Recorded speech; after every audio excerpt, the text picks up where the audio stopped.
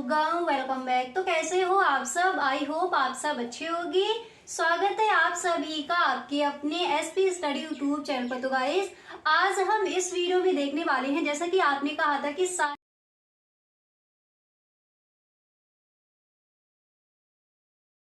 तो गाइस यहाँ पर देखिए, अर्थशास्त्र का जो आपका पूरा पेपर है उसका यहाँ पर आपको फुल सॉल्यूशन मिलने वाला है।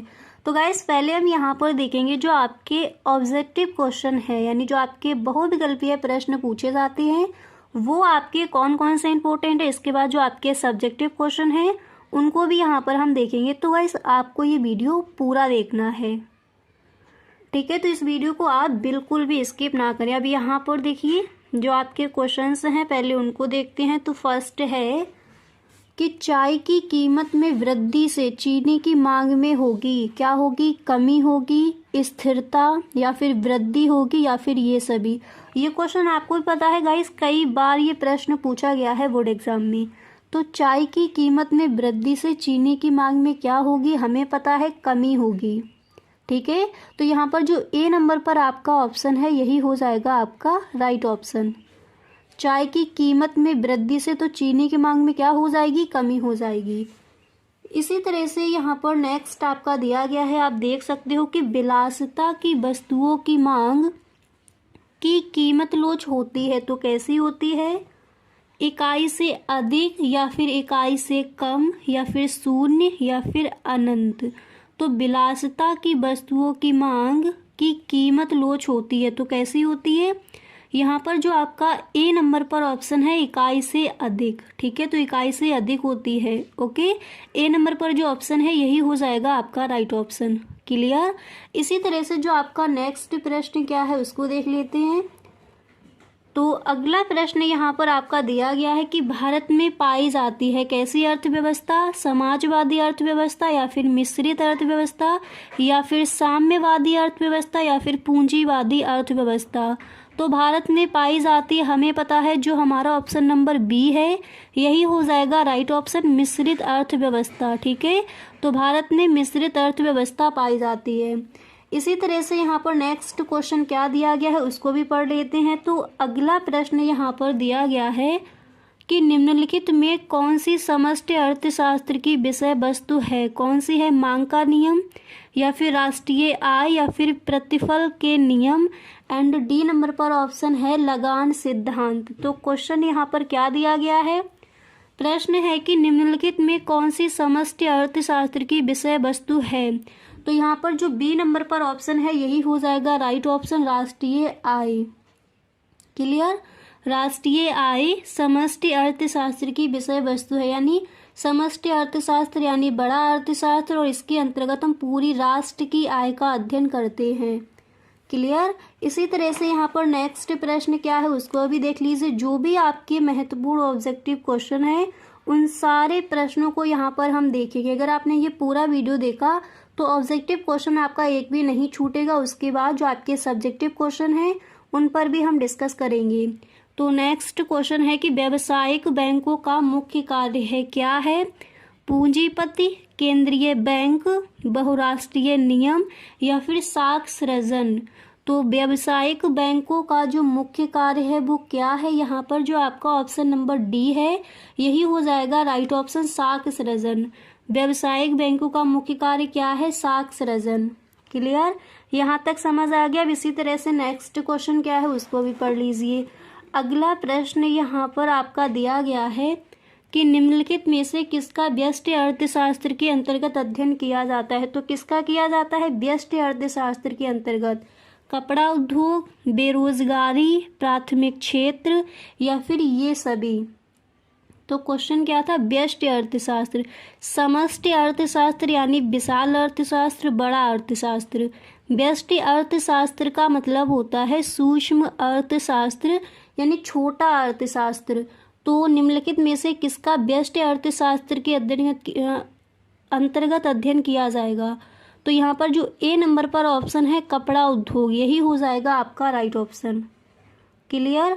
इसी तरह से यहाँ पर नेक्स्ट प्रश्न क्या है उसको देख लेते हैं। अगला प्रश्न यहाँ पर दिया गया है, देखिए यहाँ पर जो आपका नेक्स्ट क्वेश्चन है, तो प्रश्न क्या है उसको पढ़ लेते हैं। तो नेक्स्ट प्रश्न है कि प्रभावी मांग का संबंध है, किससे है प्रभावी मांग का संबंध? AC पीगू से, या फिर JM कीन्स से, या फिर JB से या फिर अल्फ्रेड मार्शल से। तो हमें पता है कि प्रभावी मांग का जो संबंध है, जो C नंबर पर ऑप्शन है JB से यही हो जाएगा आपका राइट ऑप्शन। अब यहाँ पर एक बार देख लीजिए, जो भी आपके इम्पोर्टेंट क्वेश्चन हैं वही यहाँ पर आपको दिए गए हैं, ठीक है। इसी तरह से कुछ और भी प्रश्न हैं, उनको भी देख लेते हैं। तो देखिए नेक्स्ट प्रश्न दिया गया है कि मजदूरी होती है, कैसी होती है? स्पष्ट लागत, या फिर अस्पष्ट लागत, या फिर अवसर लागत, एंड नेक्स्ट है इनमें से कोई नहीं। तो मजदूरी होती है, कैसी होती है? हम आंसर भी इसका देख चुके हैं। तो मजदूरी होती है एक स्पष्ट लागत, यानी A नंबर पर जो ऑप्शन है यही हो जाएगा आपका राइट ऑप्शन। इसी तरह से अगला प्रश्न क्या दिया गया है उसको भी समझ लेते हैं। तो इसी के साथ नेक्स्ट क्वेश्चन यहाँ पर आपका दिया गया है कि उत्पादन फलन क्या है, ठीक है। पहले यहाँ पर ऑप्शन देखते हैं, उत्पादन फलन क्या है? उत्पादन प्रक्रिया है, या फिर आगतों तथा निर्गत के बीच एक तकनीकी संबंध है, या फिर किसी फर्म का उत्पादन ढांचा है, या फिर उत्पादन की योजना। तो उत्पादन फलन क्या है? यहाँ पर जो B नंबर पर आपका ऑप्शन है, आगतों तथा निर्गत के बीच एक तकनीकी संबंध, यही हो जाएगा आपका राइट ऑप्शन। उत्पादन फलन क्या है? आगतों तथा निर्गत के बीच एक तकनीकी संबंध है उत्पादन फलन। क्लियर? इसी तरह से जो नेक्स्ट प्रश्न यहाँ पर क्या दिया गया है उसको भी देख लीजिए। तो आपका जो अगला प्रश्न है यहाँ पर दिया गया है, नेक्स्ट क्वेश्चन है कि पूर्ण प्रतियोगी बाजार में वस्तु की कीमत कौन निर्धारित करता है? तो कौन निर्धारित करता है? पहले यहाँ पर कुछ ऑप्शंस देख लेते हैं। फर्स्ट नंबर पर ऑप्शन है उपभोक्ता, B नंबर पर है उत्पादक, C नंबर पर है सरकार, एंड D नंबर पर है उद्योग की मांग और आपूर्ति की शक्तियाँ। तो पूर्ण प्रतियोगी बाजार में वस्तु की कीमत कौन निर्धारित करता है? तो यहाँ पर जो D नंबर पर ऑप्शन है उद्योग की मांग और आपूर्ति की शक्तियाँ, यही हो जाएगा आपका राइट ऑप्शन, ठीक है। यहाँ पर देखिए जो आपका ये वाला ऑप्शन है D नंबर पर, यही हो जाएगा आपका राइट ऑप्शन। इसी तरह से कुछ और भी प्रश्न हैं, उनको भी देख लेते हैं। यानी जो भी आपके ऑब्जेक्टिव क्वेश्चन हैं उन सारे प्रश्नों पर यहाँ पर हम डिस्कस करने वाले हैं।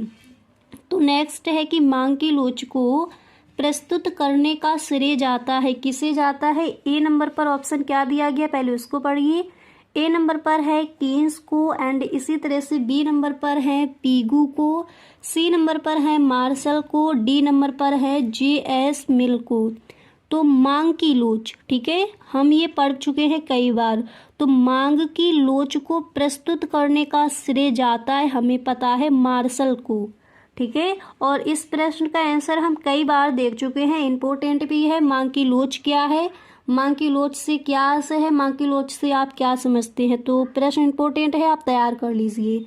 इसी तरह से यहाँ पर नेक्स्ट क्वेश्चन क्या दिया गया है उसको भी पढ़ लेते हैं। तो अगला प्रश्न आप देख सकते हो, जो आपका नेक्स्ट क्वेश्चन है यहाँ पर दिया गया है कि अल्पकाल में उत्पादन के कितने साधन स्थिर होते हैं। तो अल्पकाल में उत्पादन के कितने साधन स्थिर होते हैं? A नंबर पर है कोई भी नहीं, B नंबर पर है सभी, इसी तरह से C नंबर पर है कम से कम एक, और D नंबर पर है अनिश्चित। तो अल्पकाल में उत्पादन के कितने साधन स्थिर होते हैं? यहाँ पर जो आपका C नंबर पर ऑप्शन है कम से कम एक, यही आपका हो जाएगा राइट ऑप्शन, ठीक है। यहाँ पर जो दिया गया है कम से कम एक, ये हो जाएगा राइट ऑप्शन। इसी तरह से यहाँ पर नेक्स्ट प्रश्न क्या दिया गया है उसको भी पढ़ लीजिए। अगला क्वेश्चन यहाँ पर है कि प्रभावी मांग की संकल्पना किसने दी थी। तो प्रभावी मांग की संकल्पना किसने दी थी? यहाँ पर A नंबर पर ऑप्शन है एडम स्मिथ, B नंबर पर है मार्शल, C नंबर पर है JB से, D नंबर पर है कीन्स। तो प्रभावी मांग की संकल्पना किसने दी थी? कीन्स ने दी थी, ठीक है। और अगर आपका क्वेश्चन इस तरह से पूछा जाए कि प्रभावी मांग का संबंध है और आपको ऑप्शन मिले AC पीगू से, JM कीन्स से, JB से, अल्फ्रेड मार्शल से, तो वहाँ पर आपका ऑप्शन कौन सा सही हो जाएगा? JB से प्रभावी मांग का संबंध है। यहाँ पर पूछा गया प्रभावी मांग की संकल्पना किसने दी है, तो यहाँ पर ऑप्शन कौन सा राइट हो जाएगा? कीन्स, JM कीन्स ने। ठीक है, यानी डी नंबर पर जो ऑप्शन है वो हो जाएगा राइट ऑप्शन। अगर आपसे ये पूछा जाए कि मांग की लोच को प्रस्तुत करने का श्रेय किसे जाता है, तो वो जाएगा मार्शल को। ठीक है, अब इसी तरह से यहाँ पर नेक्स्ट क्वेश्चन क्या दिया गया है उसको भी देख लेते हैं। अगला प्रश्न यहाँ पर आपका दिया गया है, आप देख सकते हो। नेक्स्ट क्वेश्चन आप तैयार करोगे कि निम्नलिखित में से कौन सा एक समष्टि अर्थशास्त्र का विषय नहीं है। ठीक है, तो लोक वित्त, मुद्रा एवं बैंकिंग, विदेशी विनिमय या फिर मांग का नियम। तो क्या पूछा गया कि समष्टि अर्थशास्त्र का विषय नहीं है, क्वेश्चन आपको सही से पढ़ना है। तो यहाँ पर राइट ऑप्शन हो जाएगा मांग का नियम। मांग का नियम समष्टि अर्थशास्त्र का कोई यहाँ पर विषय वस्तु ये नहीं है। तो यहाँ पर जो आपका डी नंबर पर ऑप्शन है यही हो जाएगा आपका राइट ऑप्शन। एक बार अब इन सारे प्रश्नों को आप देख सकते हो जो आपके इम्पोर्टेंट क्वेश्चन है यहाँ पर। ठीक है, ये है आपके महत्वपूर्ण प्रश्न। अब इसी तरह से कुछ और भी क्वेश्चन हैं, उनको भी देखते हैं।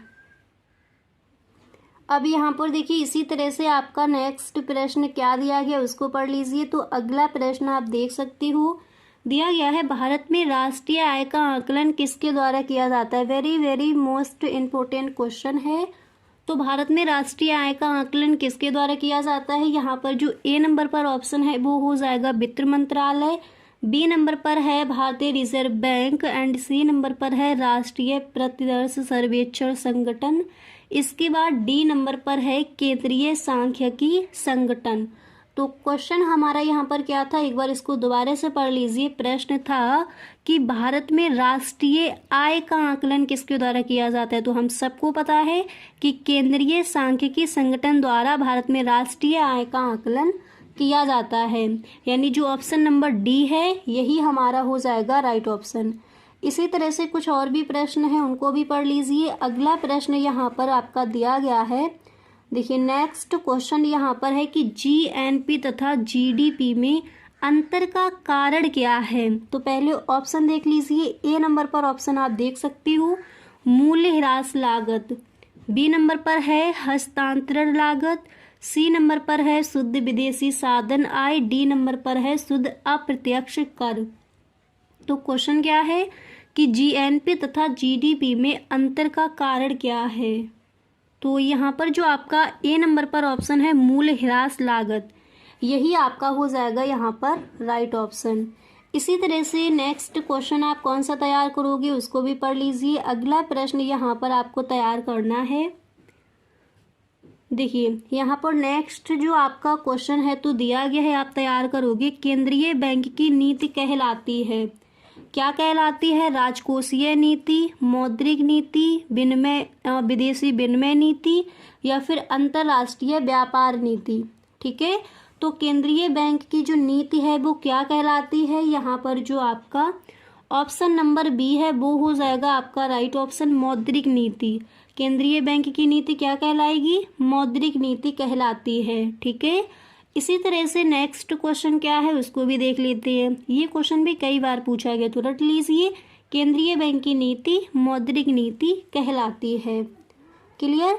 इसी तरह से यहाँ पर नेक्स्ट जो प्रश्न है तो आपका क्या दिया गया है उसको देख लीजिए। अगला प्रश्न यहाँ पर है, देखिए नेक्स्ट क्वेश्चन यहाँ पर आपका दिया गया है कि मुद्रास्फीति को नियंत्रित करने हेतु बैंक दर कैसे की जाएगी? बढ़ाई जाती है, एंड यहाँ पर नेक्स्ट ऑप्शन है घटाई जाती है या फिर स्थिर रखी जाती है या फिर शून्य की जाती है। तो मुद्रास्फीति को नियंत्रित करने हेतु बैंक दर बढ़ाई जाती है। और ये आप अगर आपने नहीं भी पढ़ा है तब भी इस पर ही आप टिक करके आओगे, क्योंकि मुद्रास्फीति को नियंत्रित करने हेतु बैंक दर कैसे की जाएगी? बढ़ाई जाती है। ठीक है, अब इसी तरह से यहाँ पर नेक्स्ट प्रश्न आप कौन सा तैयार करोगे उसको भी पढ़ लेते हैं। इसी तरह से आपका जो अगला प्रश्न है यहाँ पर दिया गया है कि GST एक कर है, कैसा कर है? आय पर, या फिर वस्तुओं एवं सेवाओं पर, यानी ये जीएसटी किस पर लगाई जाती है? जीएसटी एक कर है, बचत पर या फिर इनमें से सभी पर? तो हम सबको पता है कि जीएसटी एक कर है वस्तुओं एवं सेवाओं पर। जीएसटी किस पर लगती है? वस्तुओं एवं सेवाओं पर लगाई जाती है। इसी तरह से यहाँ पर नेक्स्ट क्वेश्चन क्या है उसको भी पढ़ लीजिए। अगला प्रश्न है कि निम्नलिखित में कौन व्यापार संतुलन का घटक है? विदेशी ऋण, वस्तुओं का आयात, प्रत्यक्ष निवेश, अंतरण भुगतान। तो निम्नलिखित में कौन व्यापार संतुलन का घटक है? यहाँ पर जो बी नंबर पर ऑप्शन है वस्तुओं का आयात, यही हो जाएगा आपका राइट ऑप्शन। क्लियर। इसी तरह से नेक्स्ट प्रश्न आपका क्या है उसको देख लीजिए। जो आपका अगला प्रश्न है आप देख सकते हो, जो आपका यहाँ पर नेक्स्ट क्वेश्चन है, तो क्वेश्चन आपका इस तरह से यहाँ पर दिया गया है कि अदृश्य निर्यात का अर्थ है। Very very most important question है और ये जो आपका प्रश्न है कई बार पूछा भी गया है बोर्ड एग्जाम में। तो क्वेश्चन क्या था? अदृश्य निर्यात का अर्थ क्या है? यहाँ पर पहले ऑप्शन देखते हैं। ए नंबर पर ऑप्शन है निषिद्ध वस्तुओं का निर्यात, बी नंबर पर है वस्तुओं का निर्यात एंड सी नंबर पर है सेवाओं का निर्यात, डी नंबर पर है पूंजी का निर्यात। तो अदृश्य निर्यात का अर्थ हो जाएगा सेवाओं का निर्यात, यानी सी नंबर पर जो ऑप्शन है यही हमारा हो जाएगा यहाँ पर राइट ऑप्शन। ठीक है, अब यहाँ पर आप देख सकते हो इन प्रश्नों को आपको तैयार करना है। अब इसी तरह से आप सब्जेक्टिव क्वेश्चन कौन कौन से तैयार करोगे उनको देखते हैं। अब यहाँ पर देखिए सब्जेक्टिव क्वेश्चन में यहाँ पर फर्स्ट क्वेश्चन आपको तैयार करना है कि व्यष्टि अर्थशास्त्र तथा समष्टि अर्थशास्त्र में अंतर बताइए।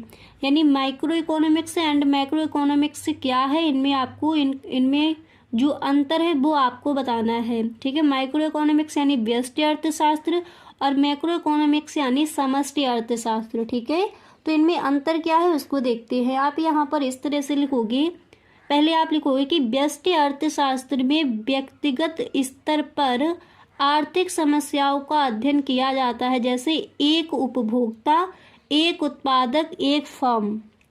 क्लियर। इसी तरह से इधर आप लिखोगे कि समष्टि अर्थशास्त्र में अर्थशास्त्र की आर्थिक इकाइयों का अध्ययन होता है, जैसे राष्ट्रीय आय, कुल उपभोग, सामान्य कीमत स्तर।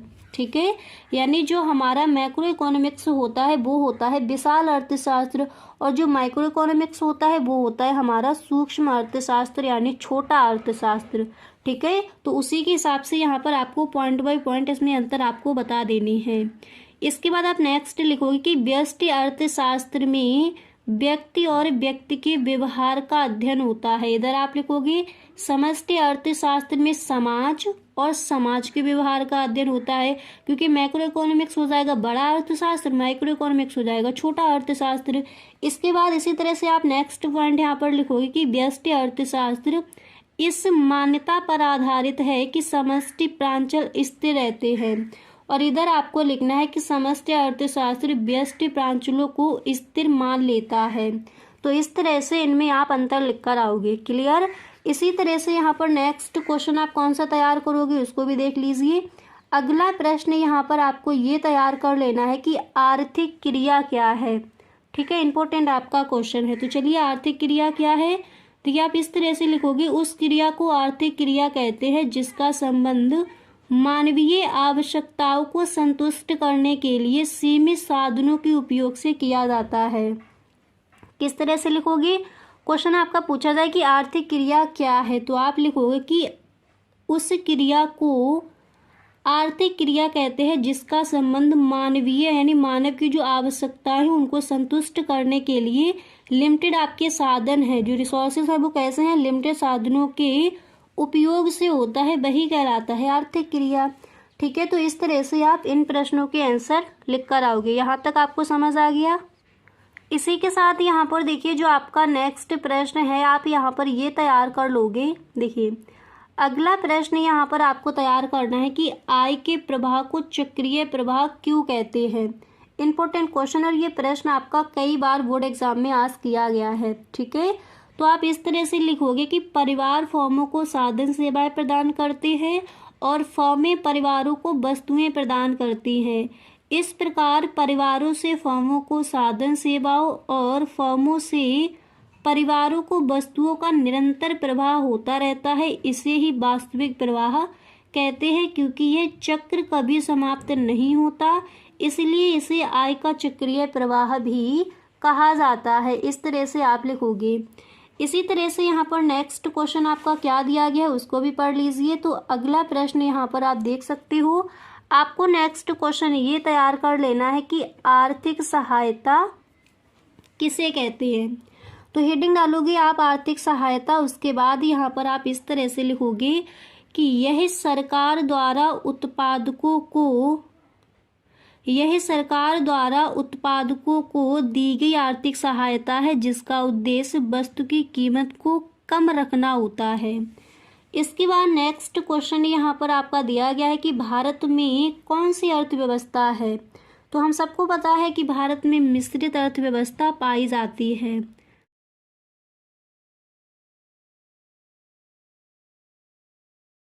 से कई सारे क्वेश्चन आपके आस किए जा सकते हैं, ठीक है। तो यहाँ पर देखिए पूरे पेपर का यहाँ पर आपको फुल सॉल्यूशन मिलेगा। तो गाइस ये वीडियो आप एंड तक देखिए। अगर सच में आपको ये वीडियो अच्छा लगे तो अपने सभी दोस्तों में आप एक बार वीडियो को शेयर ज़रूर करें। तो पहला प्रश्न यहाँ पर देख लीजिए, दिया गया है कि निम्नलिखित में से कौन सा एक समष्टि अर्थशास्त्र का विषय नहीं है। कई बार पूछा गया है। तो लोक वित्त, मुद्रा एवं बैंकिंग, विदेशी विनिमय या फिर मांग का नियम। अब यहाँ पर पूछा क्या गया था कि निम्नलिखित में से कौन सा एक समष्टि अर्थशास्त्र का विषय नहीं है, ठीक है। तो यहाँ पर कौन सा ऑप्शन राइट हो जाएगा, मांग का नियम। इसी तरह से यहाँ पर सेकंड क्वेश्चन देख लीजिए। दिया गया है कि सीमांत लागत ज्ञात करने का सूत्र है। तो कौन सा यहाँ पर राइट हो जाएगा। यहाँ पर देखिए दिया गया है MC बराबर TC upon n. MC n बराबर TCn माइनस TCn-1, MC बराबर n पॉइंट AC। इसी तरह से नेक्स्ट दिया गया है MC बराबर TFC प्लस TBC। तो यहाँ पर कौन सा राइट हो जाएगा, एक मिनट। तो यहाँ पर देखिए 4 ऑप्शन आपके दिए गए हैं, ठीक है। तो यहाँ पर कौन सा राइट हो जाएगा, यहाँ पर जो आपका दिया गया है 12 नंबर पर यही ऑप्शन राइट है। इसी तरह से अगला प्रश्न भी देख लीजिए। तो नेक्स्ट क्वेश्चन दिया गया है कि GNP तथा GDP में अंतर का कारण क्या है। तो क्या कारण है, मूल्य ह्रास या फिर हस्तांतरण लागत। इसी तरह से नेक्स्ट ऑप्शन यहाँ पर दिया गया है कि शुद्ध विदेशी साधन आय एंड नेक्स्ट है शुद्ध अप्रत्यक्ष कर। तो GNP तथा GDP में अंतर का कारण क्या है। तो कौन सा राइट हो जाएगा शुद्ध विदेशी साधन आय। इसी तरह से यहाँ पर नेक्स्ट क्वेश्चन क्या है उसको भी देख लेते हैं। तो अगला प्रश्न आप देख सकते हो कि प्रभावी मांग का संबंध है किससे, AC पिगू से, JM कीन्स से, JB से या फिर अल्फ्रेड मार्शल से। तो प्रभावी मांग का संबंध है किससे है, कौन सा ऑप्शन राइट हो जाएगा, JM कीन्स से। और इस प्रश्न ये जो आपका क्वेश्चन है गाइस, इसका आंसर हम कई बार देख चुके हैं। जब भी आपको जो आपके ऑब्जेक्टिव क्वेश्चन है जब भी बताए जाते हो तो इस क्वेश्चन को आप हर वीडियो में देख सकते हो कि प्रभावी मांग का संबंध है किससे है, JM कीन्स से, ठीक है। इसी तरह से 5वां प्रश्न यहाँ पर है कि पूरक वस्तुओं के लिए मांग की तिर्यक लोच होती है, कैसी होती है। चलिए पहले इसके ऑप्शन देख लेते हैं, उसके बाद जो इसका आपका राइट आंसर होगा वो क्या हो जाएगा उसको देख लेंगे। तो यहाँ पर देखिए ऑप्शन देख लीजिए। पहले A नंबर पर ऑप्शन है धनात्मक, B नंबर पर है ऋणात्मक, C नंबर पर है शून्य, D नंबर पर है अनंत। तो पूरक वस्तुओं के लिए मांग की तिर्यक लोच होती है, कैसी होती है, ऋणात्मक होती है। क्लियर। इसी तरह से यहाँ पर क्वेश्चन नंबर 6 क्या है, पहले प्रश्न को पढ़ लेते हैं, इसके बाद इसके जो ऑप्शन दिए गए हैं उन पर डिस्कस करेंगे। तो देखिए दिया गया है जब आय बाय में वृद्धि ₹500 हो और उपभोग C में वृद्धि ₹250 हो तो सीमांत उपभोग प्रवृत्ति का मान होगा। तो कितना होगा यहाँ पर देखिए लगाकर नहीं बताया जा रहा है, आप ऑप्शन देख लीजिए। तो यहाँ पर आपका राइट ऑप्शन हो जाएगा 1/2। यहाँ पर A नंबर पर ऑप्शन दिया गया है 2/3 दे दिया गया है, B नंबर पर है 1/2, यहाँ पर C नंबर पर है 3/4, D नंबर पर है 4/5। तो राइट हो जाएगा यहाँ पर B नंबर पर जो ऑप्शन है।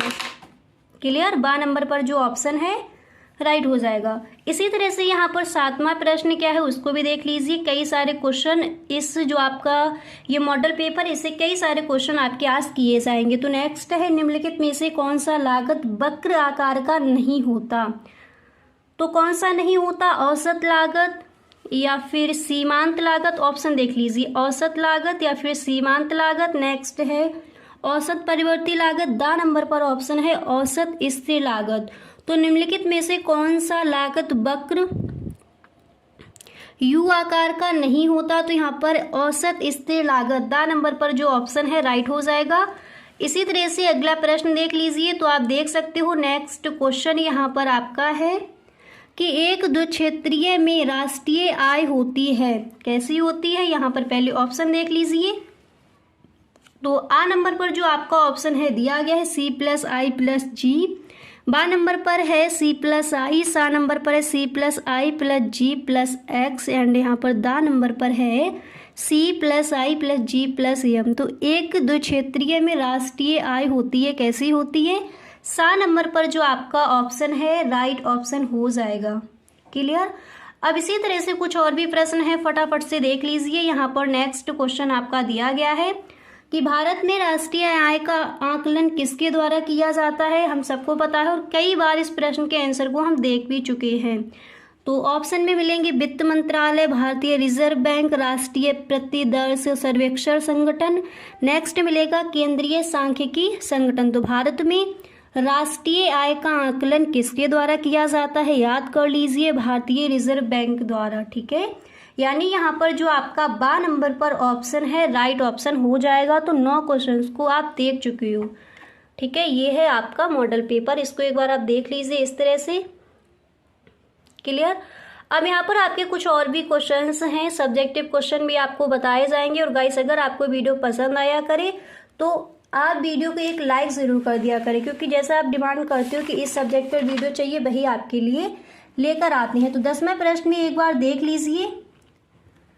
तो यहाँ पर आप देख सकते हो 10वां प्रश्न आपका दिया गया है कि मंदी के समय कैसा बजट उपयुक्त रहता है? तो कैसा बजट रहता है? अतिरिक्त बजट या फिर घाटे का बजट, संतुलित बजट या फिर उपर्युक्त में से कोई नहीं? तो हमें पता है बा नंबर पर जो ऑप्शन है राइट हो जाएगा। इसी तरह से अब देखिए यहाँ पर देखते हैं very short answer type questions आप कौन कौन से तैयार करोगे। 11वां प्रश्न है कि कुल राजस्व, औसत राजस्व तथा सीमांत राजस्व का संक्षिप्त अर्थ लिखिए। चलिए इसको समझते हैं। तो सबसे पहले कुल राजस्व देख लीजिए। अब देखिए इन प्रश्नों को यही याद करते चलिए, आपके पास समय बहुत कम है। ठीक है, तो कुल राजस्व जिसे सकल राजस्व या कुल बिक्री के रूप में जाना जाता है, किसी भी व्यवसाय के सबसे महत्वपूर्ण पहलुओं में से एक है कुल राजस्व। समझ आ गया? इसके बाद यहाँ पर देखिए औसत राजस्व क्या है। तो औसत राजस्व को समझ लीजिए। तो इसका आंसर यहाँ पर आप इस तरह से लिख कर आओगे कि औसत राजस्व से तात्पर्य बेचे गए आउटपुट की प्रति यूनिट अर्जित राजस्व से है। सकल राजस्व को बेची गई इकाइयों की संख्या से विभाजित करके आपको औसत राजस्व प्राप्त होता है। ठीक है, तो कुल राजस्व, औसत राजस्व क्या है आपने देख लिया। इसके बाद सीमांत राजस्व क्या है इसको भी देख लेते हैं। तो सीमांत राजस्व आप इस तरह से लिखोगे कि सीमांत राजस्व सीधे कुल राजस्व से जुड़ा हुआ है, क्योंकि यह एक अन्य चर में परिवर्तन के संबंध में कुल राजस्व में परिवर्तन को मापता है। तो कुल राजस्व, औसत राजस्व और सीमांत राजस्व का अर्थ क्या हो जाएगा आपने देख लिया। अब देखिए जो भी प्रश्न है इनके अगर आपको स्क्रीनशॉट लेनी है तो एक बार यहाँ पर आप स्क्रीनशॉट भी इसका ले सकते हो। ठीक है, इस क्वेश्चन का। ठीक है, जो भी आपके प्रश्न है सबके स्क्रीनशॉट आपको दे दिए जाएंगे। स्क्रीनशॉट के लिए आपको इस तरह से दिखा दिया जाएगा, प्रश्न का आंसर सही ढंग से आप ले सकते हो। क्लियर? अब इसी तरह से 12वां प्रश्न देखिए दिया गया है कि उत्पादन फलन से आप क्या समझते हैं। इम्पोर्टेंट क्वेश्चन है, उत्पादन फलन से आप क्या समझते हैं। तो सबसे पहले आप हेडिंग डालोगे उत्पादन फलन, इसके बाद लिखोगे किसी फर्म के निर्गत अथवा उत्पाद और आगत अथवा आधा के बीच के संबंधों को उत्पादन फलन कहते हैं। किस तरह से लिखोगे, किसी फर्म के निर्गत अथवा उत्पाद और आगत के बीच के संबंधों को उत्पादन फलन कहते हैं। यहाँ पर इस तरह से लिखोगे P बराबर F, फिर कोष्टक में आपको लिखना है ABC, ठीक है, यानी संख्याएं आपको इधर यह लिख देना है। यहाँ पर P क्या है, अब एक थोड़ा आपको यहाँ पर और देख लीजिए, इस तरह से लिखोगे यहाँ P वस्तु X की प्रदा की दर ABCN, विभिन्न साधन सेवाएं जिन्हें प्रति समय इकाई प्रयोग किया जाता है, ठीक है।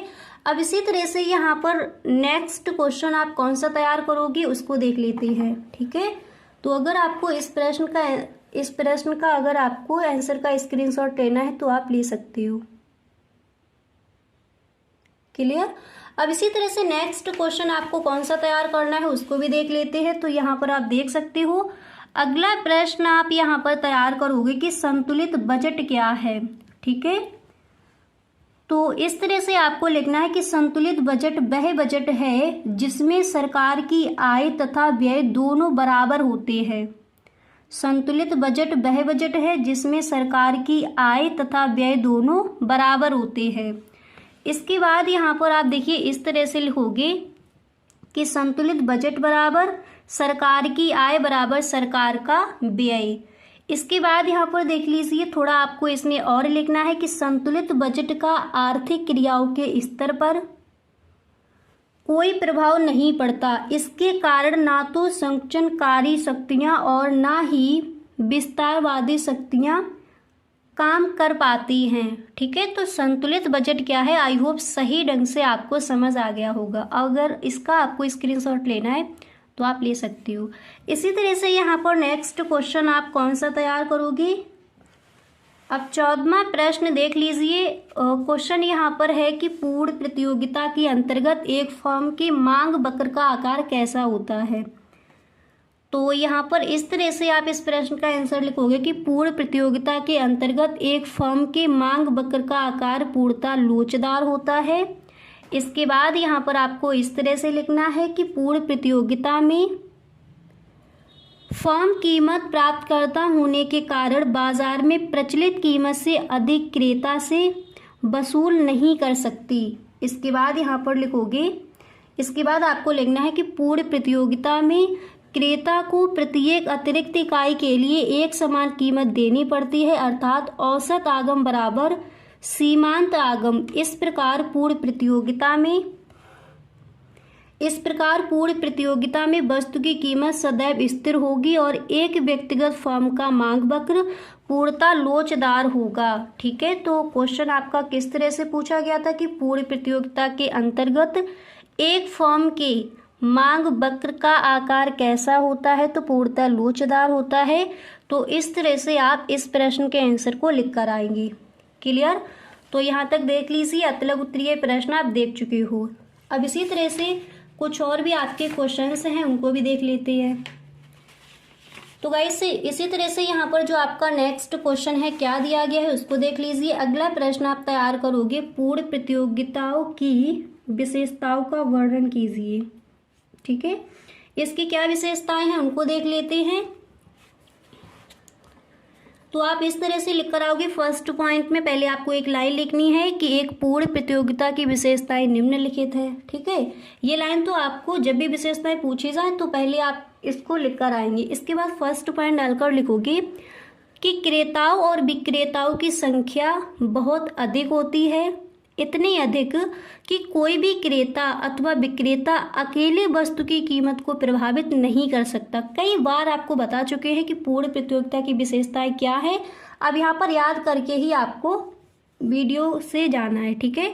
तो फर्स्ट याद कर लीजिए, क्रेताओं और विक्रेताओं की संख्या बहुत अधिक होती है, इतनी अधिक कि कोई भी क्रेता अथवा विक्रेता अकेले वस्तु की कीमत को प्रभावित नहीं कर सकता।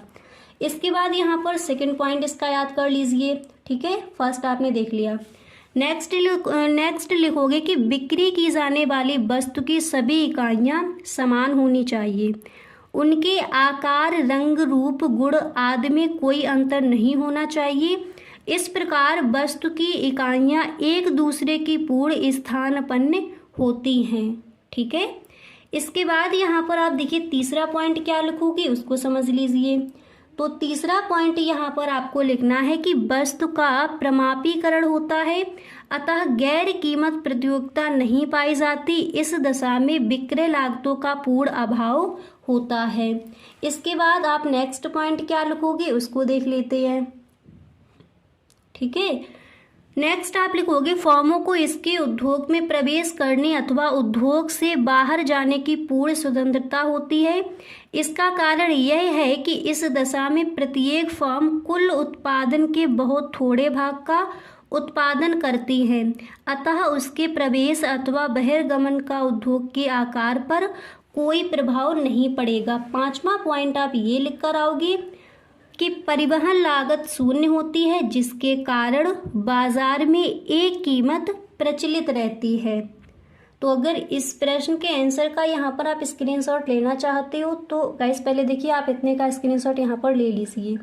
ठीक है, इसके बाद 2 पॉइंट आपके नीचे हैं, इनका स्क्रीनशॉट यहाँ पर आप ले सकते हो। क्लियर। अब इसी तरह से यहाँ पर नेक्स्ट क्वेश्चन आप कौन सा तैयार करोगे उसको देख लेते हैं। तो अगला प्रश्न आप देख सकते हो, नेक्स्ट क्वेश्चन यहाँ पर आपको तैयार कर लेना है कि भुगतान संतुलन से आप क्या समझते हैं। तो आप लिखोगे भुगतान संतुलन, सबसे पहले हेडिंग डालोगे, फिर आपको लिखना है कि किसी देश का भुगतान संतुलन उसके संपूर्ण विदेशी लेन देन का एक विवरण होता है। उसके बाईं ओर सभी लेनदारियां तथा दाईं ओर सभी देनदारियां प्रदर्शित की जाती है। इन दोनों राशियों के अंतर से भुगतान संतुलन का स्वरूप स्वतः स्पष्ट हो जाता है। ठीक है, तो भुगतान संतुलन से आप क्या समझते हैं। लघु उत्तरीय प्रश्न में क्वेश्चन पूछा जाता है, तो इसको थोड़ा यहाँ पर आपको लॉन्ग में लिखना है। ठीक है, तो पूरा देख लीजिए। ठीक है, फिर यहाँ पर देखिए 2-4 लाइनें आप और याद कर लीजिए कि भुगतान संतुलन का खाता 2 भागों में बांटा जा सकता है, चालू खाता तथा पूंजी खाता। भुगतान संतुलन के स्वरूप का अनुमान निम्नांकित तालिका से सरलता पूर्वक लगाया जा सकता है। अब इस तालिका को भी देख लीजिए। ठीक है, यानी जो भी क्वेश्चन है उन सारे प्रश्नों के फुल आंसर देख लीजिए यहाँ पर।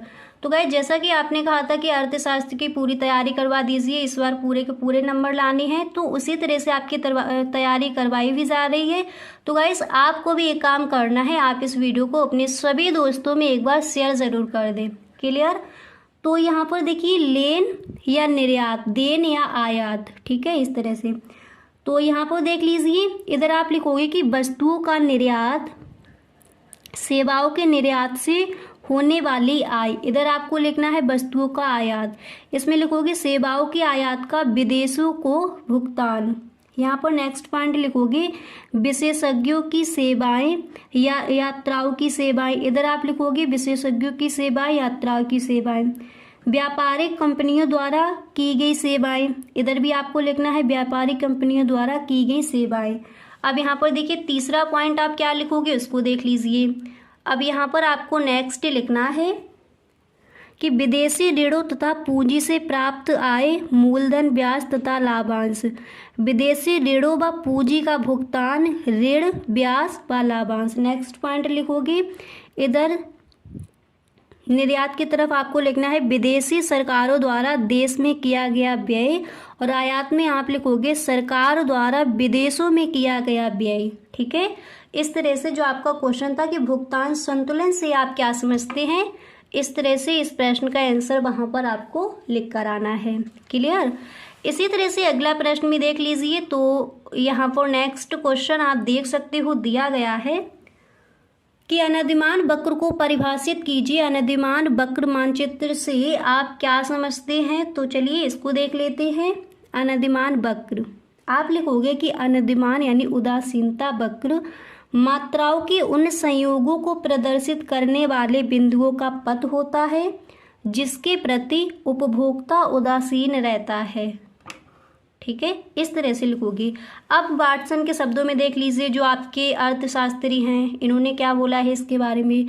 तो इन्होंने कहा है कि उदासीनता अनुसूची 2 वस्तुओं के संयोगों की अनुसूची है जिसको इस प्रकार, अब इसके आगे देखिए आप किस तरह से लिखोगे उसको देख लीजिए। अब अगर गाइस आपको इतना स्क्रीनशॉट लेना है तो आप ले सकती हो यहाँ पर। ठीक है, अब इसके आगे देखिए देखिए इसके आगे लिखोगे, इस प्रकार व्यवस्थित किया जाता है कि उपभोक्ता उन संयोगों के प्रति उदासीन होता है और किसी एक को अन्य की तुलना में वरीयता नहीं देता। ठीक है, और यहाँ पर देखिए उदासीनता मानचित्र। अब इसका चित्र आपको किस तरह से बनाना है वो यहाँ पर देख लीजिए। ठीक है, इस तरह से बनाओगे। अब इसको इधर थोड़ा और, ठीक है, इस तरह से आपको चित्र बनाना है। और यहाँ पर आप लिखोगे कि एक उदासीनता वक्र संतुष्ट के एक निश्चित स्तर को बताता है। भिन्न भिन्न संतुष्ट स्तरों को बताने वाले विभिन्न उदासीनता वक्रों का समूह उदासीनता मानचित्र कहलाता है। चित्र में 4 उदासीनता वक्र IC1 यहाँ पर देख लीजिए, IC1, IC2, IC3 यहाँ पर देखिए दिखाए गए हैं। इसके बाद यहाँ पर आप इस तरह से लिखोगे कि IC1 संतुष्ट के निम्न स्तर को तथा IC4 संतुष्ट के स्तर को बताता है। चारों उदासीनता वक्र संतुष्ट के अलग अलग स्तर को प्रदर्शित करते हैं। तो इस तरह से आप इस प्रश्न का आंसर लिख कर आओगे।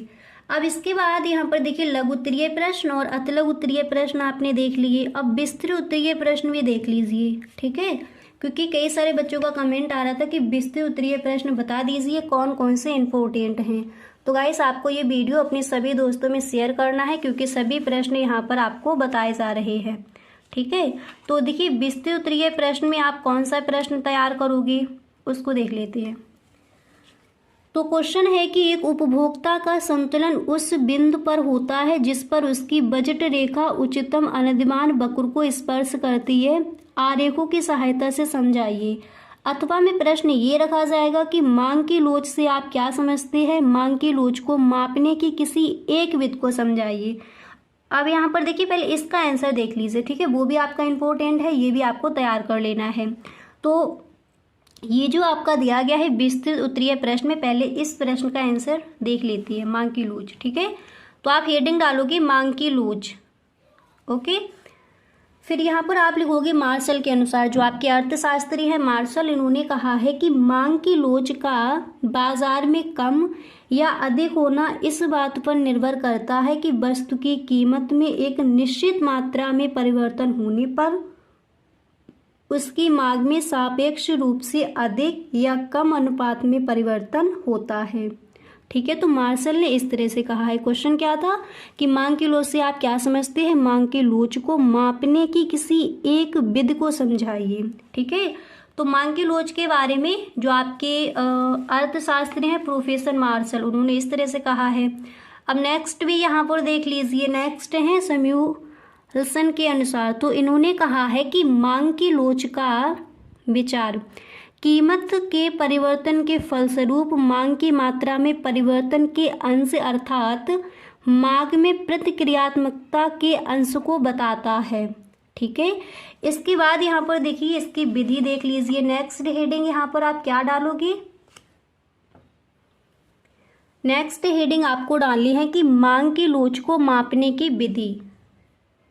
ठीक है, और यहाँ पर लिखोगे प्रतिशत या अनुपातिक विधि। इसमें आप लिखोगे इस रीत का प्रतिपादन प्रोफेसर फ्लक्स ने किया। इस रीत के अनुसार कॉमा इन्वर्टेड कॉमा बिगिन करोगे। आप लिखोगे मांग की लोच का अनुमान लगाने के लिए मांग में होने वाले अनुपातिक या प्रतिशत परिवर्तन को कीमत में होने वाले अनुपातिक या प्रतिशत परिवर्तन से भाग दिया जाता है। सॉरी, यहाँ पर देखिए पूरा आप देख लीजिए। इस तरह से आप लिखोगे कि वाले अनुपातिक या प्रतिशत परिवर्तन को कीमत में होने वाले अनुपातिक या प्रतिशत परिवर्तन से भाग दिया जाता है। तो प्रतिशत या अनुपातिक रीत मांग की लोच को मापने की विधि पहले आप इस तरह से लिख कर आओगे। अब यहाँ पर देखिए सेकंड क्वेश्चन आप कौन सा तैयार करोगे उसको देख लेते हैं। तो नेक्स्ट क्वेश्चन है, राष्ट्रीय आय को परिभाषित कीजिए। राष्ट्रीय आय की गणना करने की किसी एक विधि को विस्तार से समझाइए अथवा केन्स के पूर्ण रोजगार सिद्धांत को विस्तार से समझाइए। ठीक है, तो इस प्रश्न का आंसर देख लेते हैं। आपको ये भी तैयार कर लेना, यानी अर्थशास्त्र में आपको पूरे के पूरे नंबर लाने हैं, तो इसी तरह से आज पूरी अपनी पढ़ाई आपको करनी है। ठीक है, सभी प्रश्नों को देखना है जो भी आपके इंपॉर्टेंट है, और एक भी क्वेश्चन वहां पर आपको छोड़कर नहीं आना है। अब यहाँ पर देख लीजिए राष्ट्रीय आय। क्वेश्चन क्या था कि राष्ट्रीय आय को परिभाषित कीजिए। राष्ट्रीय आय की गणना करने की किसी एक विधि को भी बताना है। क्लियर? तो पहले देख लीजिए राष्ट्रीय आय क्या है। आप इस तरह से लिखोगे, जैसे किसी उत्पादन की एक इकाई की वास्तविक उत्पत्ति का अनुमान प्रतिवर्ष लगाया जाता है, वैसे ही किसी राष्ट्र की समस्त उत्पत्ति यानी समस्त व्यक्तियों की उत्पत्ति के योग का अनुमान लगाया जाता है। यह संपूर्ण उत्पत्ति उस राष्ट्र की राष्ट्रीय आय या लाभांश होती है। ठीक है, तो राष्ट्रीय आय क्या है आपने समझ लिया। इसके बाद क्वेश्चन में पूछा गया था कि राष्ट्रीय आय की गणना करने की किसी एक विधि को विस्तार से समझाइए। तो यहाँ पर आपको नेक्स्ट हेडिंग फिर क्या डालनी है, राष्ट्रीय आय मापने की व्यय विधि। ठीक है, तो व्यय विधि को यहाँ पर हम समझेंगे। आप इस तरह से लिखोगे कि सकल घरेलू उत्पाद की व्यय विधि गणना के अंतर्गत एक लेखा वर्ष में समस्त अंतिम व्ययों का योग करके सकल घरेलू उत्पाद की गणना की जाती है। ठीक है, इतना लिखने के बाद फिर यहाँ पर आप इस तरह से लिखोगे कि यह विधि एक लेखा वर्ष में अर्थव्यवस्था की अंतिम वस्तुओं और सेवाओं के प्रवाह के रूप में मापन करती है। इस समस्त व्यय को बाजार मूल्य पर मापा जाता है। ठीक है, इसके बाद यहाँ पर फिर आप इस तरह से लिखोगे, मापा जाता है कि अंतिम व्यय को निम्नलिखित भागों में विभाजित किया जाता है। फर्स्ट पॉइंट यहाँ पर लिखोगे, एक फर्म द्वारा उत्पादित वस्तुओं और सेवाओं पर अंतिम उपभोग व्यय। ठीक है, इसके बाद यहाँ पर सेकंड पॉइंट लिखोगे, अंतिम निवेश व्यय अर्थात पूंजीगत वस्तुओं पर व्यय। नेक्स्ट है उत्पादित वस्तुओं एवं सेवाओं पर सरकारी व्यय। नेक्स्ट लिखोगे विदेशों को निर्यात व्यय। तो इस तरह से आप इस प्रश्न का आंसर लिखकर आओगे। ठीक है, अब जैसे यहाँ पर आपको स्क्रीनशॉट लेना हो तो आप ले लीजिए, और जो राष्ट्रीय आय है वो क्या है उसका भी स्क्रीनशॉट यहाँ पर आप ले सकते हो। क्लियर? इसी तरह से आप तीसरा प्रश्न कौन सा तैयार करोगे फटाफट से उसको भी देख लीजिए। हम यहाँ पर अर्थशास्त्र के पेपर की पूरी तैयारी करेंगे। ठीक है, तीसरा प्रश्न है कि अल्पकालीन पूर्व प्रतियोगी बाजार में फर्म के संतुलन की विभिन्न दशाओं की व्याख्या कीजिए अथवा उत्पादन लागत का अर्थ लिखिए। चित्र की सहायता से औसत लागत तथा सीमांत लागत को समझाइए। तो इस प्रश्न का आंसर देखेंगे यहाँ पर। ठीक है, तो उत्पादन लागत क्या है फटाफट से देख लीजिए। आप लिखोगे कि उत्पादन के दृष्टिकोण से लागत पक्ष अत्यंत महत्वपूर्ण है। प्रत्येक फर्म या उत्पादक को उत्पादन करने के लिए विभिन्न उत्पत्ति के साधनों को एकत्रित करना पड़ता है। इसके बाद यहाँ पर आप इस तरह से लिखोगे कि उत्पादन के साधनों का प्रयोग करने के लिए जो धनराशि व्यय करनी पड़ती है उसे उत्पादन लागत कहते हैं। ठीक है, अब इतने का स्क्रीनशॉट यहाँ पर आप ले सकते हो। इसके बाद औसत लागत क्या है उसको समझ लीजिए। आप यहाँ पर लिखोगे कि किसी वस्तु की प्रति इकाई लागत को औसत लागत कहा जाता है। औसत लागत ऐसी कुल लागत टीसी एवं उत्पादन लागत का भागफल होता है या फिर होती हैं। तो यहाँ पर आप इस तरह से लिखोगे कि AC बराबर AFC प्लस ABC। ठीक है, अब यहाँ पर इसका जो वो है यहाँ पर आप देख सकते हो। इसके बाद यहाँ पर आप लिखोगे डुबले के अनुसार। तो इन्होंने कहा है कि औसत लागत प्रति इकाई उत्पादन लागत है। ठीक है, तो गाइस विस्तृत उत्तरीय प्रश्न में आपके कितने क्वेश्चन वहाँ पर आज किए जाते हैं? तो विस्तृत उत्तरीय प्रश्न में आपके 3 प्रश्न वहाँ पर पूछे जाते हैं। क्लियर? अब इसके बाद यहाँ पर देखिए आप इस तरह से लिखोगे सीमांत लागत। इसके बाद आप लिखोगे सीमांत लागत। तो इसमें आपको लिखना है कि सीमांत का अभिप्राय एक अतिरिक्त इकाई का उत्पादन करने से कुल लागत में जितनी वृद्धि होती है उसे उस इकाई विशेष की सीमांत लागत कहा जाता है। और फिर आपको इस तरह से लिख कर आना है। इसका चित्र भी यहाँ पर देख लीजिए सीमांत लागत का, ठीक है। फिर यहाँ पर देखिए इसका जो फॉर्मूला है आप लिखोगे MCN बराबर TCN माइनस TC, कोष्टक में आपको लिखना है EN माइनस 1, जहाँ MCN बराबर एन भी इकाई की सीमांत लागत है, TCN बराबर N इकाइयों की कुल लागत है और TCN माइनस 1 यहाँ पर N माइनस 1 इकाइयों की कुल लागत। इसका चित्र भी देख लीजिए। तो गाइस देखिए यहाँ पर हम देख चुके हैं अतिलघु उत्तरीय प्रश्न, लघु उत्तरीय प्रश्न एंड विस्तृत उत्तरीय प्रश्न। क्लियर। तो आई होप ये वीडियो आपको पसंद आया होगा। इस वीडियो को अपने सभी दोस्तों में आप एक बार शेयर ज़रूर कर दें। Okay, thank you so much. Guys अगर अभी तक आप इस वीडियो में बने हुए हो तो आई होप ये वीडियो आपको पसंद आ रहा होगा। अगर सच में गाइस आपको ये वीडियो अच्छा लग रहा है तो आप इस वीडियो को एक लाइक जरूर कर दें और यदि आप इस चैनल पर पहली बार आए हो तो इस चैनल को सब्सक्राइब कर लेना एंड बेल आइकन को भी प्रेस कर देना ताकि वीडियो की जो भी नोटिफिकेशन हो वो सबसे पहले आपके पास पहुंचे।